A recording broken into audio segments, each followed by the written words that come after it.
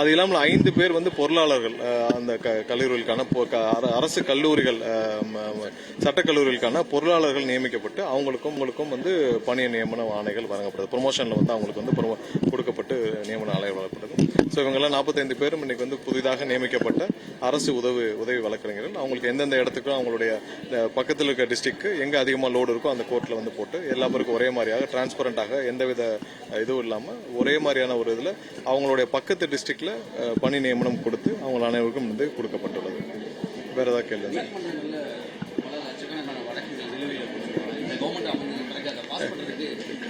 கண்டிப்பா முதல்வருடைய கொள்கையா தான். ஏன்னா எல்லா வழக்குகளும் விரைவாக முடிக்கப்பட்டு அனைத்து வழக்குகளும் அதுவும் முக்கியமாக வந்து பெண்கள் சம்பந்தப்பட்ட இதுல மகிழா கோர்ட்ல இருக்கிற வழக்கெல்லாம் விரைவாக முடிக்கப்படணும்னு. ஸோ அதற்கான சாத்தியக்கூறுகள் எல்லாத்தையும் ஆராய்ஞ்சிட்டு இருக்கோம். எங்கெங்கெல்லாம் வந்து ஸ்பீடி ட்ரையல் இப்போ கோயம்புத்தூர் அந்த கேஸ்லேயே வந்து வெகு விரைவில் நீதி வழங்கக்கூடிய வகையில் முதல்வர் எங்களை எல்லாரையும் உத்தரவிட்டிருக்கார். ஸோ அதுக்கு என்னென்ன பண்ணணும்னு சொல்லி ஆராய்ஞ்சிட்டு இருக்கோம். இதே போல் அனைத்து கோர்ட்டுகளிலும் தேங்கி கிடக்கும் வழக்குகள் எங்கெங்கெல்லாம் வந்து ஊழியர்கள் பற்றாக்குறை இருக்கோ அதெல்லாம் பட்டியலிட்டு எடுத்துட்டு இருக்கோம். ஸோ எங்கெங்கெல்லாம் கோர்ட்டு தேவைப்படுது அதிகப்படியாக இன்க்ரீஸ் பண்ணணும்.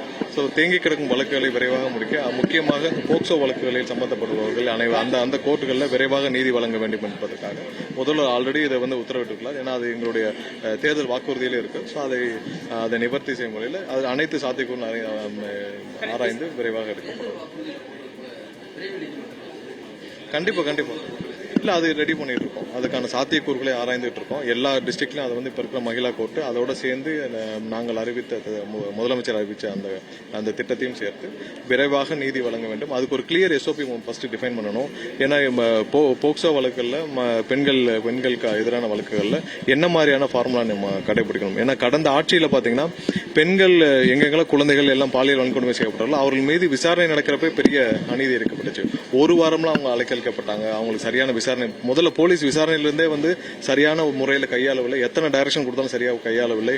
அதுக்கப்புறம் நீதிமன்றங்களே அந்த வழக்கல் எப்படி கையாள வேண்டும் என்று ஒரு கிளியர் ஒரு ப்ரொசீஜர் நம்ம கிரியேட் பண்ண வேண்டும். அது எல்லாரையும் நம்ம சர்க்குலேட் பண்ணிட்டு அதை கிரியேட் பண்ண பிறகுதான் எவ்வளவு வழக்கல் தேங்கி கிடக்குது, அதுக்கு எவ்வளவு தூரம் நம்ம வந்து ஊழியர்கள் பற்றாக்குறை இருக்கு அதை சரி பண்ணணும். ஏன்னா ஃபர்ஸ்ட் ப்ரொசீஜர்லாம் நம்ம பண்ணணும். இப்போ கோயம்புத்தூர் கேஸ்ல வந்து துரிதமாக செயல்பட்டு அங்கே எல்லாருக்கும் என்னென்ன ஒவ்வொரு நாளும் ஒவ்வொரு அப்டேட் வந்து நம்ம பண்ணிடுறோம். ஃபோரன்சிக்காக இருக்கட்டும், இல்லை டிஎன்ஏ டெஸ்டாக இருக்கட்டும், இல்லை ஒவ்வொரு அந்த வழக்கில் எப்போ சார்ஜ் ஃபைல் பண்ணணும், இல்லை என்ன பண்ணணும், எப்படி கையாளணும்னு சொல்லிட்டு அதுக்கான வழிமுறைகளை ரெடி பண்ணிட்டு இருக்கோம். ஸோ இதெல்லாம் ஆராய்ந்து அனைத்து சட்ட வல்லுநர்களும் ஆலோசித்து விட்டு முதல்ல ஒரு எஸ்ஓபி ஒரு ஆப்ரேட்டிங் ப்ரொசீஜர் நம்ம ரெடி பண்ணணும். ரெடி பண்ணி முடிச்ச பிறகு எவ்வளவு வழக்கல் தேங்கி கிடக்குது, அதற்கு எவ்வளவு ஊழியர்கள் தேவைப்படுவாங்க, அதையெல்லாம் வந்து நீதிபதிகள் அனைவரிடம் சட்ட வல்லுநர் அனைவரும் கன்சல்ட் பண்ணிட்டு ஏஜி எல்லாத்தையும் பேசிட்டு தான் நம்ம அதை அடுத்த கட்டம் கொண்டு வரும். கண்டிப்பாக அது நம்முடைய கொள்கையில் ஒன்று. எந்த குற்றவாளியும் அதுவும் முக்கியமான போக்சோ குற்றவாளிகள்லாம் வந்து விரைவாக தண்டிக்கப்பட வேண்டும். அவர்கள் சுதந்திரமாக இருக்கக்கூடாது.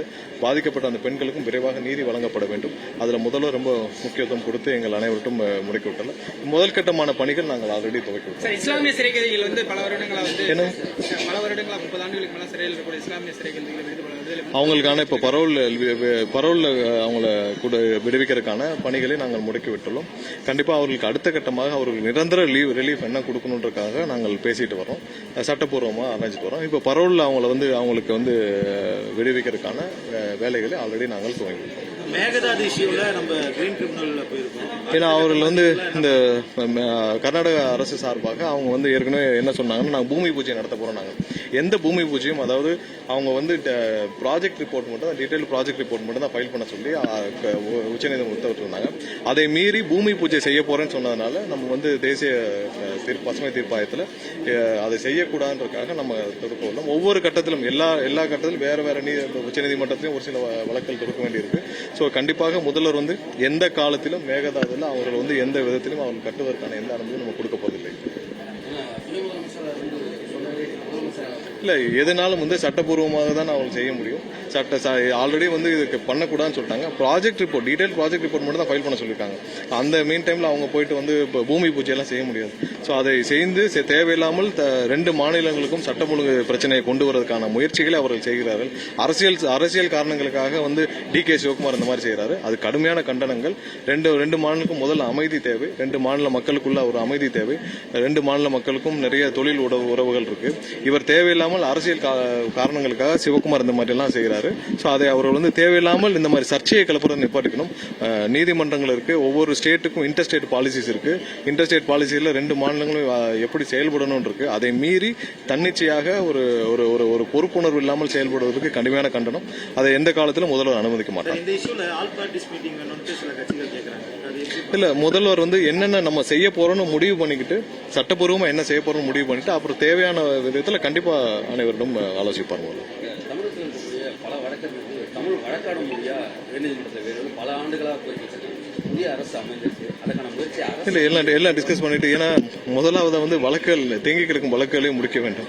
அதுக்கப்புறம் என்னென்ன மாதிரியான வழக்குகள் நம்ம விரைவாக வழக்கறிஞர்களுக்கு எப்படி பணியாற்ற வேண்டும் சொல்ல வேண்டும். எல்லா இடத்துலயும் அது ஃபீஸிபிளா இருக்கணும். நீங்க உச்சநீதிமன்றம் போறப்ப, ஹைகோர்ட்ல போறப்ப ஃபீஸிபிளா இருக்கணும். அது எல்லாத்துக்குமான சாத்தியக்கூறல் இருக்கணும்.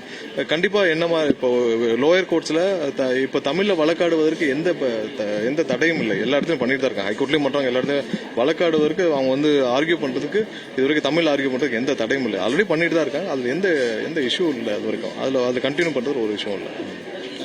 தேங்க்யூ. நன்றி.